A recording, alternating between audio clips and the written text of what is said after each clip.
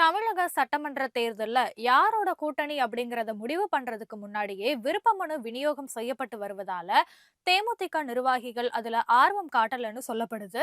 சட்டப்பேரவை தேர்தல் நெருங்கி வரும் நிலையில தேமுதிக இன்னும் கூட்டணியை உறுதி செய்யவே இல்ல. ஏற்கனவே இருந்த என்டிஏ கூட்டணியில தான் இடம்பெறும்னு எதிர்பார்த்த நிலையில கூட்டணியை அறிவிக்காமல் அக்கட்சியுடைய பொதுச் செயலாளர் பிரேமலதா இழுத்தடிச்சிட்டு இருக்காங்க.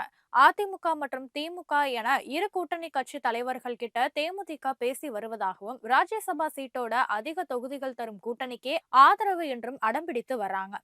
அது மட்டும் இல்லாம கூட்டணியை தாம் பாத்துக்கிறேன் அப்படின்னு தேமுதிகவினருக்கு கூறிய அவங்க தேர்தல்ல போட்டியிட விருப்ப மனு விநியோகத்தையும் அதிரடியா அறிவிச்சிருக்காங்க.